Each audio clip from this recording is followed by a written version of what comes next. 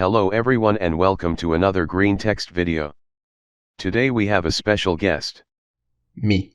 Hello guys, this is Toxicologist and this is my voice. A lot of people have been requesting a human voice for the Greentext videos as the text-to-speech gets very repetitive, so I've decided to test this out.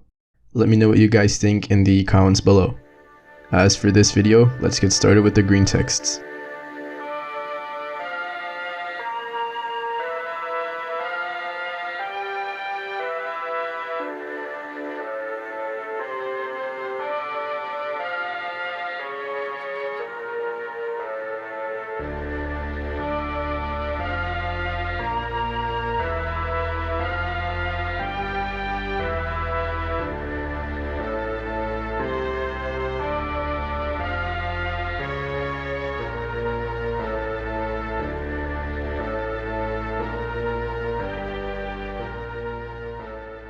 Well, I guess I should go ahead and finally tell my story. It's not very K-like, to be honest. It's not in the woods. I was no funds at the time. There are no skinwalkers, goatmen, or fleshgates involved, as far as I know anyways. But I feel compelled to finally getting around to writing it out, just for the record and maybe so you guys can get some spoops out of it. Back when I was 17, I lived just outside of Washington, DC.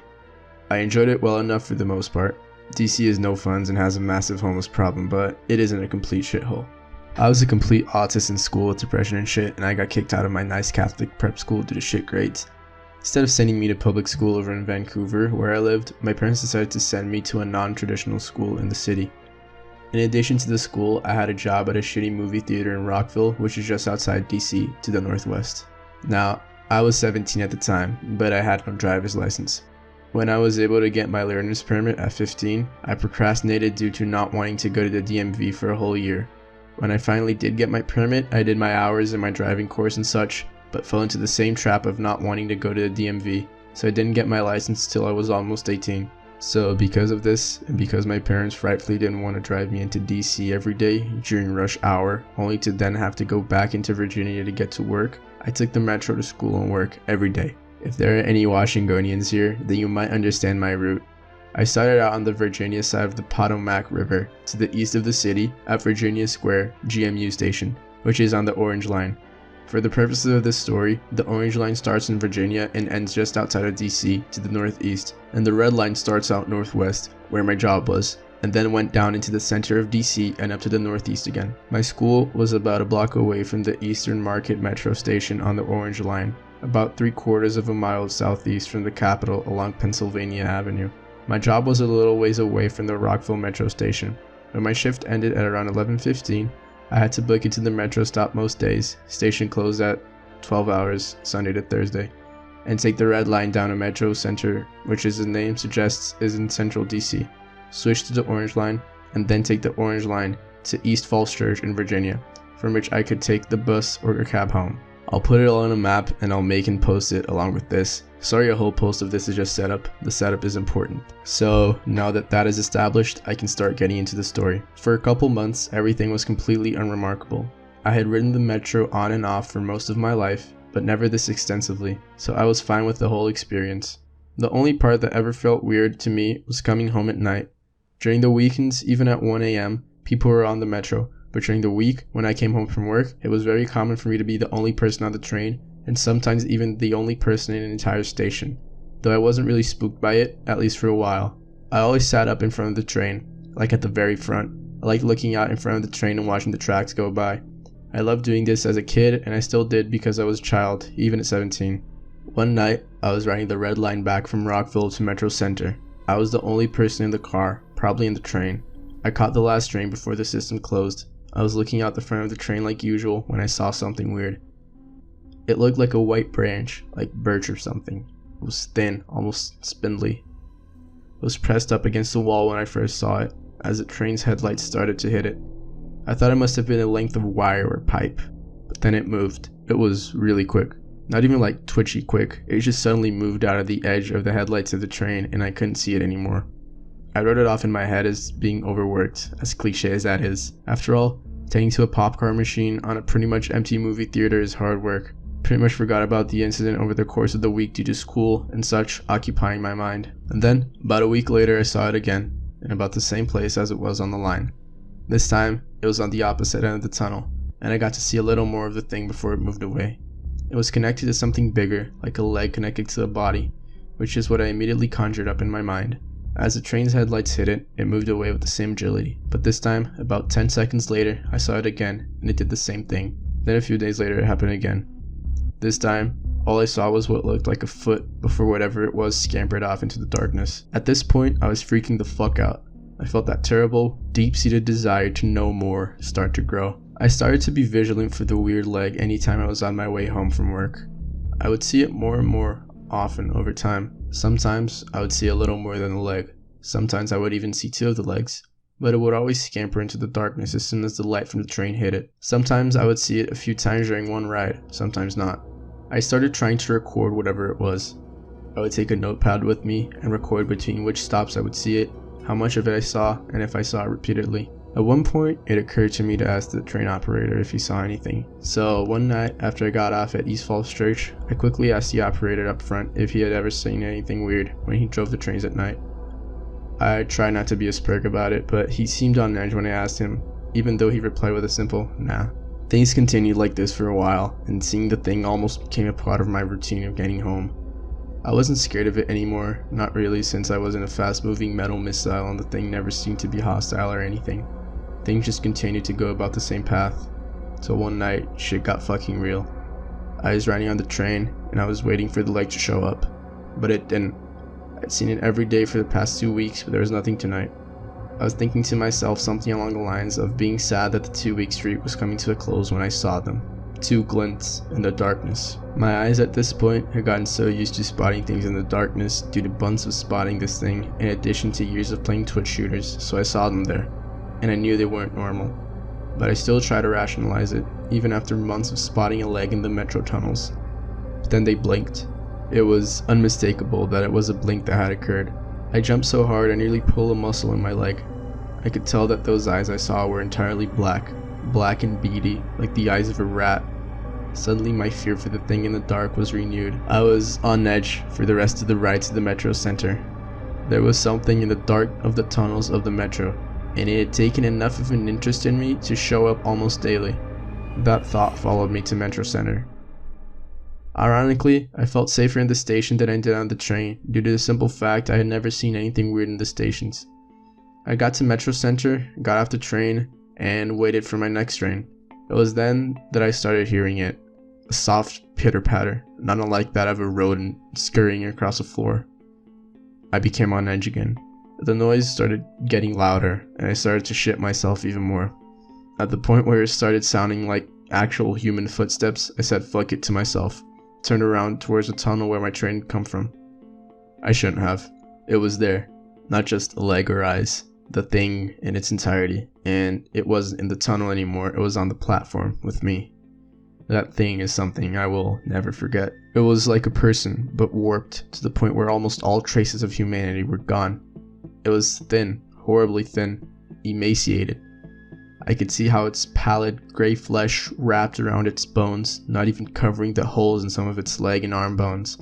It was hunched over, not on all fours, but hunched over like an elderly person, with its legs crumpled down and its arms held in front of its chest like how a prairie dog holds its arms when it stands up. Its head was completely hairless, and was hung down so I couldn't make out its face. I opened my mouth to scream, but I just whimpered like a baby. I shouldn't have done that. I think I provoked it. It started to move towards me with a horrible gait. It stayed in its hunched over position, low to the ground, but its legs extended out and it took long strides forward, like crouch walking. Its legs wobbled and switched with each step towards me. It was obvious this thing wasn't used to walking like this. As it came closer, I started to smell it. It had that pungent, rancid odor of trash in the city. My eyes started to water as it got closer.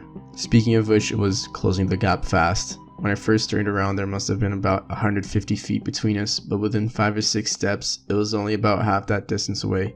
My stupid brain finally kicked in, put me into survival mode, and I fucking booked it across the platform. My stupid idea was to try and outrun it to the end of the platform, then jump across the tracks to the other platform and keep running out towards the surface.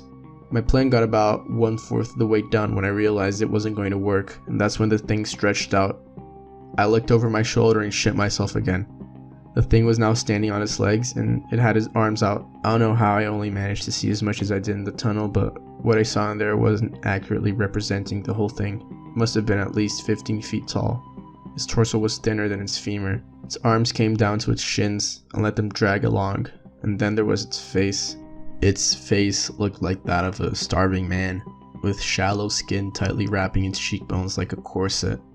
Its eye sockets were far too big for its beady little eyes, with the top of the socket jutting out a good 2 inches beyond where the eye ended. The mouth was a gaping hole with no jaw to be seen.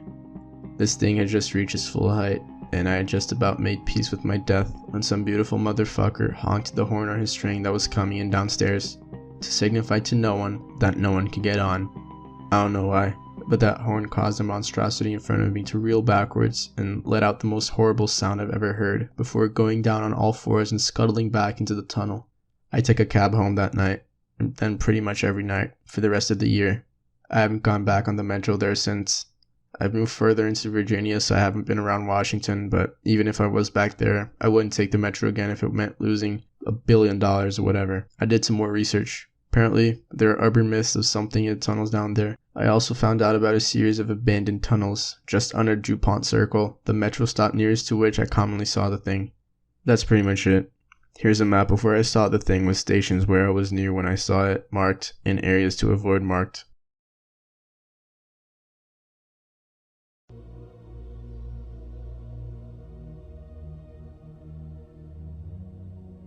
Be me during the early days of Tinder.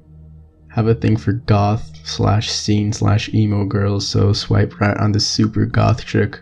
She swipes right too when we start messaging and she invites me to come chill. Hype about getting some, so I grab a condom and head to this chick's house. House is super small, cracked siding everywhere, and the carport has no roof. Thinking about saying fuck it when she opens the door and motions for me to come in. Decide fuck it, get out of my car and follow her in. Walking in the house is like I'm transported back to 1982 with exception to brand new TV, probably stolen.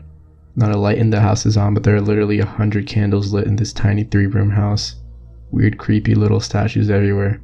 The centerpiece was this massive upside down crucifix, literally floor to ceiling, and it looked like it was created with railroad ties. Jesus was made of wrought iron and I still had the lance of Longinus on his side. Be Catholic, so I'm a bit unnerved by that. Thinking with my dick though, so just kind of brush it off. The room suddenly drops like 20 degrees and her grandma comes in from the other room. Real little frail woman with big thick rimmed glasses, but you couldn't see her eyes at all, just sunken in voids. Figure she just came in through a back door or something. I went up to shake her hand, but before I could, she firmly insisted I remain seated. Make some basic small talk and try to make her laugh so she would be cool with me piping her granddaughter. I swear her expression didn't change once, and when she talked her mouth didn't seem to match up. Kinda like a badly dubbed over cartoon. She cuts me off mid-sentence and says she'll let us get to it, and she disappears into the back room. Still thinking with my dick though, so I snuggle her up. The second I touched her, I got this weird uneasy feeling and every hair in my neck stood up. I guess she noticed it and took it as I was into her and started trying to shove her tongue down my throat. We get naked and I start plowing her on the couch. Something keeps moving and catching my eye on the other side of the room. I was worried it was some sick fuck jacking in the corner. I didn't want to tip him off if he was there, so I tried to be discreet about it until I was sure. Rolled this bitch over and noticed her back for the first time. She had a massive, super detailed scarification tattoo of skeletal ram's head on her back. There was also a pentagram on its forehead and it had weird symbols around it.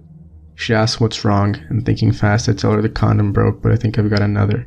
Get up and start rummaging through my pants looking for a condom. My plan was to act like I gotta run out to the car to get one and just bounce. Gotta figure out if I've gotta fight a cracked out perv first, so I flip the light switch by the door.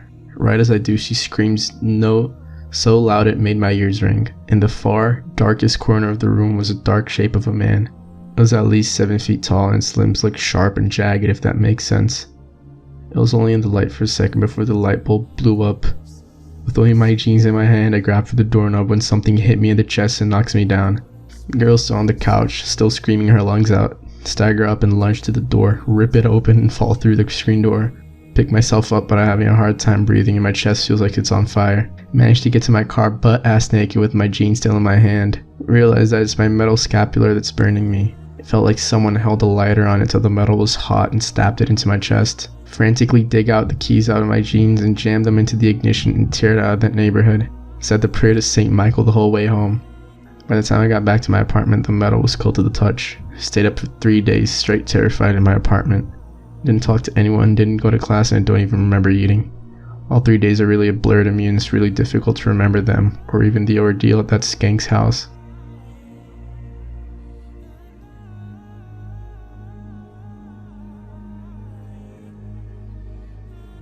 Does anyone remember that video of the family in Tallahassee who recorded this sound coming out of the sky?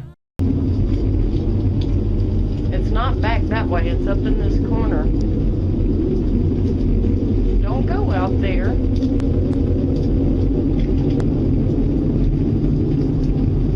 Do you see anything?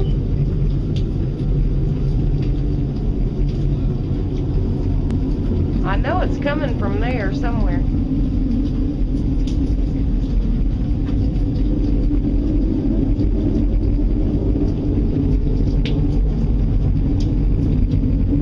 How close that thing is. Oh man. Get the kids in the I hear the wind. I actually live in the same area and I heard it too. Live alone in a small trailer. I'm at my table reading a book and eating dinner when I hear what sounds like the distant roar of a jet engine. We had some really bad storms, so I figured it was probably more thunder. The sound keeps getting louder. It's definitely getting closer. I run to the door and look out at the sky, thinking maybe a plane was going down. Fuckload of trees so I can't see much. The noise is almost deafening now. It's like there's a fucking jet engine right on top of my house. Sound is literally making my head throb. The only thing I've ever felt that was even close to this feeling is that feeling you get when you manually force yourself to relax your entire body. It's like I'm fighting to stay conscious. Drop like a sack of potatoes in the doorway. I can't move. It's like the sound is pinning me to the ground. I throw up. This goes on for what feels like eons. The sound swells in intensity and changes over time. By the end it sounded much more like a piece of huge industrial machinery as opposed to an engine. Super bright flash of light out of nowhere. Sound instantly stops. Called 911 and they told me a lot of people have reported the same thing and they're not sure what's going on. Also, when I went into my backyard the next day, a squirrel is lying at the base of a big tree. Figure it must have been stunned by the sound when it fell and broke its neck. Go up to get a better look. Nope. Whatever killed that squirrel, it wasn't a fall. Its eyes were bulging almost completely out of its skull. Looks like it suffered some kind of massive brain hemorrhage. I remember the way my head throbbed when the sound was on top of my trailer. Consider myself lucky.